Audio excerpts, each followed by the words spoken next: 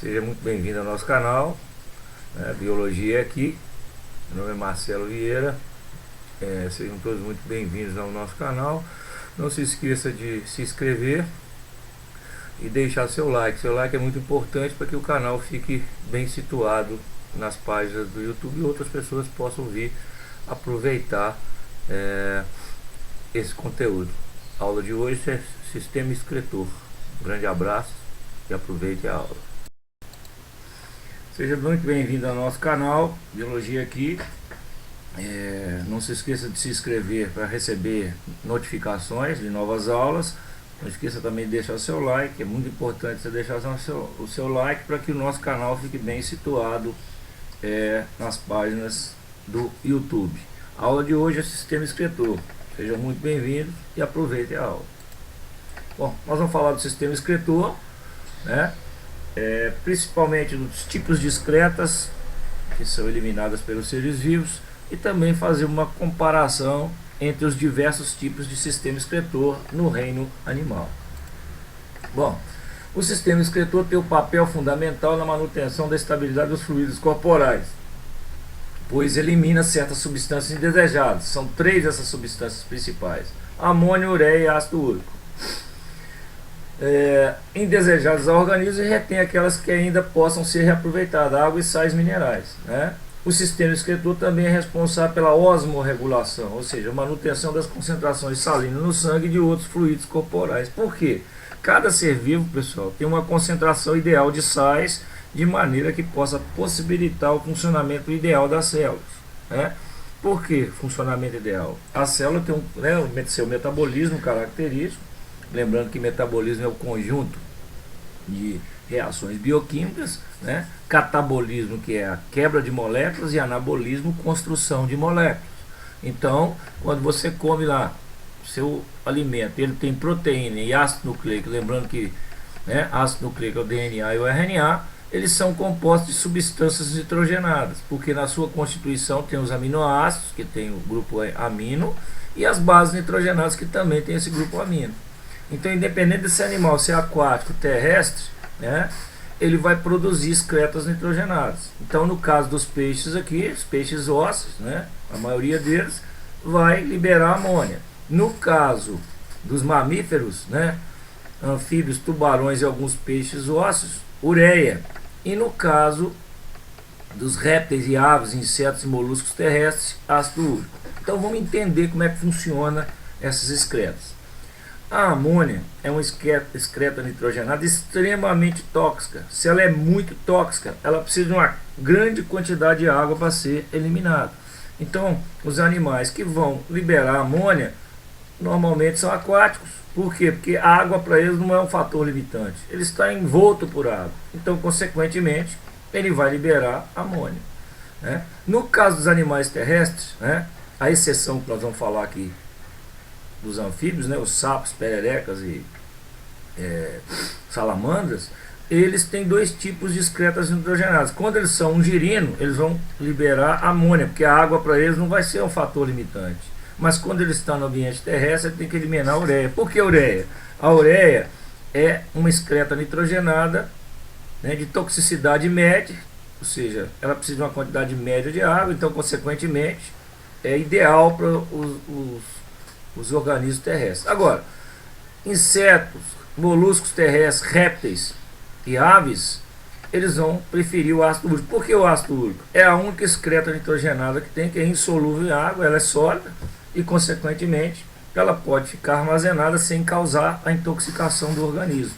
Isso é muito importante, principalmente para os répteis e aves, onde o filhote desenvolve dentro do ovo com casca e, consequentemente, se ele liberasse amônia e ureia, ele não conseguiria sobreviver, porque o filhote que está dentro do ovo com casca, ele está isolado da fêmea e, consequentemente, ele não vai receber, né, e nem liberar excretas, como ocorre na espécie humana através da placenta. Bom, então tá aqui as principais excretas nitrogenadas, nós já falamos, ó, amônia, né? Então aqui nós estamos falando, é o mesmo slide anterior, só que aqui nós estamos classificando os animais de acordo com o tipo de excreta que ele produz. Os aquáticos aqui, a maioria dos animais aquáticos, é amônia, então eles são amoniotéricos. Os terrestres, mamíferos, anfíbios, tubarões e alguns peixes ossos, uriotélicos, que, né, é ureia, perdão. E o ácido úrico aqui seria, né, aves, insetos, répteis e gastrópodes terrestres. Então é o ácido úrico, os animais é uricotélico. Cuidado para não confundir o uriotélico com a ureia com o ácido úrico, que o animal é uricotélico, ok? Bom, agora nós vamos descrever aqui, né, como é que ocorre o sistema excretor de invertebrados. No caso dos plateumintos, né, não esquecer que a facíola aqui e a planária, eles têm a célula flama, enquanto que as tênias, né, a famosa solitária, elas não têm sistema excretor, elas absorvem nutrientes pela própria superfície corporal e liberam pela própria superfície corporal. Então os plateumintos possuem um sistema de canalículos denominados de protonefrídeos ou célula flama, que também pode ser chamado de solenócitos. As células especializadas em filtrar os fluidos corporais conseguem realizar tal tarefa devido ao batimento de cílios das células flamas. Todo filtrado é despejado no tubo e posteriormente eliminado via poros espalhados pelo tegumento do animal. Então, ó, ela vai pegando o fluido corporal, ele cai num canal excretor e esse canal excretor desemboca na própria superfície corporal do animal. Então tá aí, né? Primeiro sistema que nós vimos, célula flama ou solenócito nos plateumintos. Nemateuminto ou asqueuminto, que são os vermes cilíndricos, né? Eles possuem um sistema de dois canais longitudinais em forma de H, da letra H, né?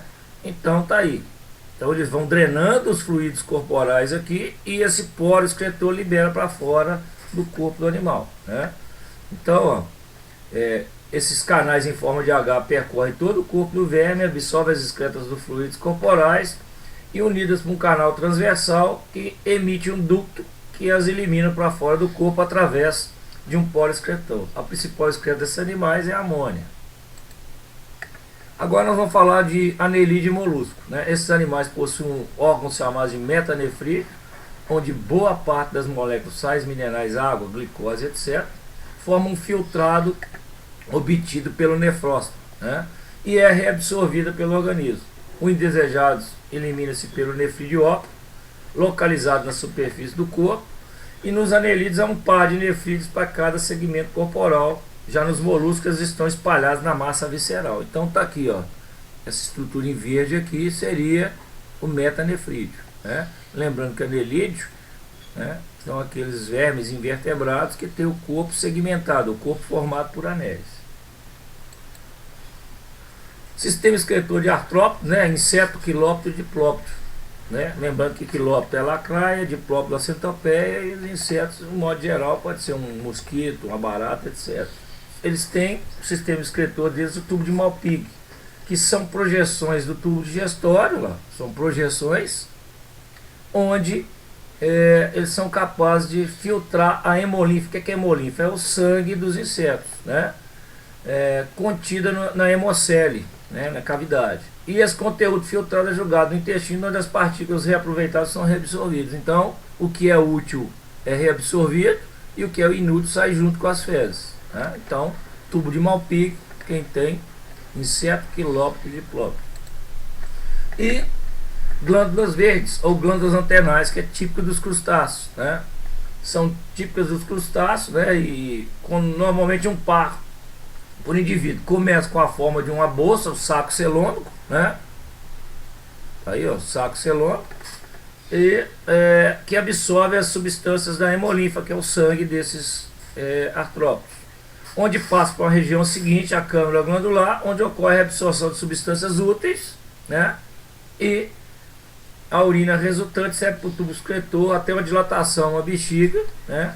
Que finalmente se abre no poro excretor. Muita gente fala, né, que o camarão tem bosta na cabeça. Isso não existe, né, pessoal? O que existe é que, né, na verdade, o sistema excretor está na cabeça. Então, se você vai comprar camarão numa região de litoral, prefiro o camarão sem a cabeça, porque como esse sistema excretor se localiza aqui na região cefálica, né, da cabeça, se esse camarão estragar, né, e você der um azar dele estragar a sua geladeira, você tem que jogar a sua geladeira fora, porque o cheiro é horrível. Então, por esse motivo que eles falam que camarão tem bosta na cabeça.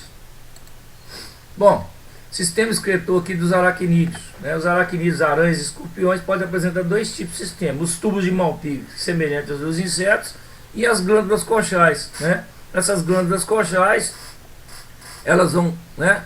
Elas estão na base de cada pata ali, ó. Cada pata ali vai ter isso. E aí o que acontece? Ela pega as excretas, absorve ali, e as substâncias úteis são liberadas no próprio hemolinfa do aracnídeo, e tem um poro para liberar essa excreta. Equinodermos, pessoal, os equinodermos, né, eles não tem nenhum sistema excretor bem assim característico. O que ele tem é um sistema ambulacral que ele usa para movimentar com seus pés ambulacrais. Ele é também chamado de sistema hidrovascular, e consequentemente ele joga suas excretas na própria água, né? Agora, o sistema excretor dos vertebrados. Nós estamos falando agora de vertebrados, né? Peixe, anfíbio, réptil, ave e mamífero. Então, os rins são classificados, pessoal, de acordo com a posição aí dos seus no corpo do animal. Então eu tenho os rins pronéfros, os mais simples, típicos de larva de peixe alevino, que é na região anterior. Eu tenho os rins mesonéfros, né, que é na região intermediária do corpo, são típicos de peixes anfíbios adultos, nos quais os tubos se concentram na parte média do corpo. E os rins metanéfros, né, são típicos de répteis, aves, mamíferos adultos. Seus néfros são especializados em filtrar apenas o sangue. Então, no caso, eles estão na região posterior, né? Então você tem na região anterior, na região intermediária e na região posterior. Bom, agora nós vamos falar de osmorregulação, né, nos vertebrados. No caso dos peixes, pessoal, nós temos dois tipos de peixe: os peixes ossos de água salgada e os peixes ossos de água doce. Vamos analisar primeiro como é que funciona o peixe de água salgada, né? A concentração da água do mar é maior do que a concentração dos fluidos corporais. Esse peixe, ele tem que obrigatoriamente manter sua concentração constante. Ela não pode ficar igual à água do mar, senão as células dele não vão sobreviver. Então o que vai acontecer aqui? Esse peixe, como ele é menos concentrado que a água do mar, ele perde água pela própria superfície corporal para a água. Então o que ele faz? Só que quando ele libera ele perde esses sais minerais, essa água para a água, ele vai ficar desequilibrado. Então o que ele faz? Ele bebe a água, né, do mar, consequentemente no alimento também tem água, só que essa água do mar vem com excesso de sais minerais. E aí o que ele faz, né? Ele tem que ter um glomérulo reduzido, porque o seu glomérulo vai ser importante ser reduzido para ele produzir uma urina concentrada. Ele não pode perder água, ele já está perdendo água pela própria superfície corporal. Então o que ele faz? Ele bebe a água, essa água vem com muitos sais, as brânquias, além da função respiratória, ela auxilia na osmorregulação, ou seja, ela excreta, né, o excesso de sais pelas brânquias, num processo, né, que a gente fala de transporte ativo. Então, consequentemente, é assim que esse peixe consegue manter. Então, repetindo aqui, o peixe de água salgada tem a sua concentração interna menor do que a água do mar. Então, constantemente, ele está perdendo água do seu corpo para a água do mar. Para repor essa água que está saindo, ele bebe a água do mar. Bebendo essa água do mar, ela vem com excesso de sais. Esse excesso de sais é liberado pelas brânquias. Então, isso já foi questão de prova, perguntando qual seria a outra função exercida pelas glândulas além da função respiratória. As brânquias dos peixes, então, elas fazem o quê? Elas participam do processo de osmorregulação, ou seja, mantém a sua concentração interna constante. Agora, o peixe de água salgada, pessoal, ele tem um problema inverso. Ele é mais concentrado do que a água em volta dele. Então constantemente está entrando água no corpo dele. Se está entrando água em excesso, ele tem que ter um glomérulo com dimensões grandes. Por quê? Porque tem que filtrar muito. Só que ele filtra muito o excesso de água que sai e a urina dele é grandes volumes. Então, consequentemente, ele perde grande quantidade de quê? De sais minerais. Como é que ele repõe esses sais minerais? Ele nunca bebe água, né? Ele repõe esses sais minerais, absorvendo esses sais pelas brânquias. Então, tá aí, né, o funcionamento do peixe de água doce. Então, por isso que nunca se deve colocar um peixe numa água inversa, né? Se você colocar o peixe de água salgada na água doce, ele morre e vice-versa por causa desse problema da osmorregulação. Bom, os peixes cartilaginosos são peixes diferentes, né? Então eles são relativamente isosmóticos, quer dizer, ele tem a mesma concentração da água do mar, então ele não perde nem ganha água, né? Ele faz isso através de quê? Ele acumula ureia no sangue, né? A ureia é um excreto nitrogenado. Ele vai ter influxo de sais, né, pelas brânquias, pelas guelras, né, e alimento, e excreção do excesso de sais pela uma glândula que a gente chama de glândula retal. Então, ele acumulando ureia no seu sangue, ele fica com a concentração praticamente igual à da água do mar. Então é assim que funciona nos peixes cartilaginosos. Bom, vamos falar agora dos répteis e tartarugas, né, pessoal?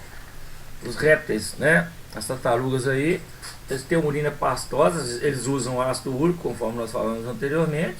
Eles têm glândula de excreção de sais na cabeça, né, conductos que desembocam nos seus olhos, conferindo um aspecto do animal estar chorando, né? Então, a gente fala em lágrima de crocodilo. Por quê? Ele não está chorando, ele está eliminando excesso de sais. E isso é principalmente em tartarugas e crocodilos aí.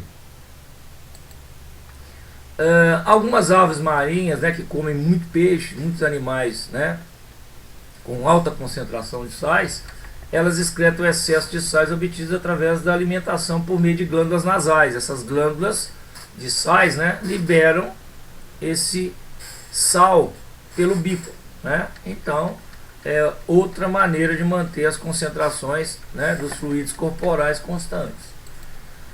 E esse animalzinho aqui que é bem interessante, que é o rato canguru, né? Esse rato canguru, ele apresenta longas alças de Henle, né, que é a parte lá do nervo, permitindo uma reabsorção muito eficaz de água. Ele não bebe água mesmo morando no deserto, né? E sua alimentação tem como base folhas secas e grãos.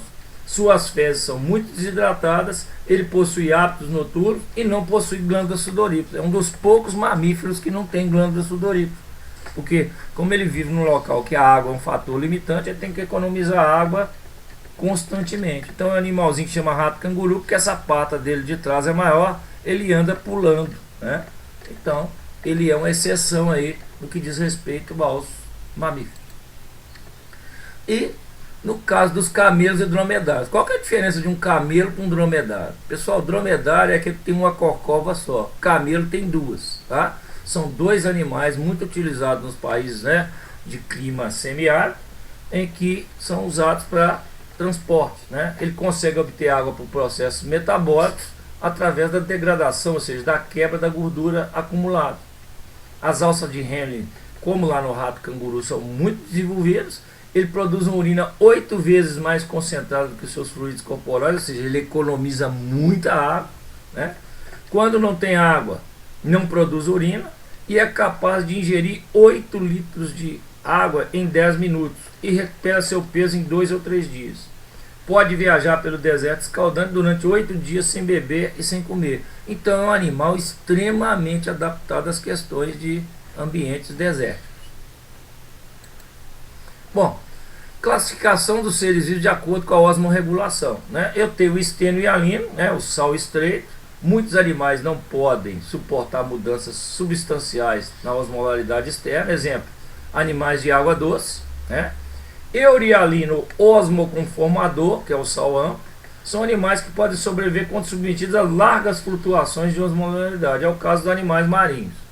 Então, olha aqui, ó, osmoconformador é usado em biologia para descrever criaturas marinhas que mantém uma osmolaridade semelhante ao do ambiente circulante, os animais marinhos, né? E o osmorregulador é um organismo capaz de manter uma concentração específica de íons dissolvidos em seus fluidos corporais, mesmo quando a concentração osmótica da água que ele vive varia acentuadamente, né? O organismo capaz de osmorregulação. A maioria dos vertebrados faz isso, né? Então tá aí, né? O osmoconformador, à medida que vai variando a concentração externa, ele também vai variando a sua. Agora o osmorregulador não, vai variando aqui, ele tende a manter a sua concentração de fluidos corporais constante. Então essa classificação pode ser que apareça aí em algumas questões de prova de vestibulares. Muito obrigado, né? Se você gostou dessa aula, deixe o seu like. Se você não é inscrito no canal, se inscreva, porque é muito importante que esse canal cresça para oferecer material de qualidade para outras pessoas. E um grande abraço e até a próxima aula.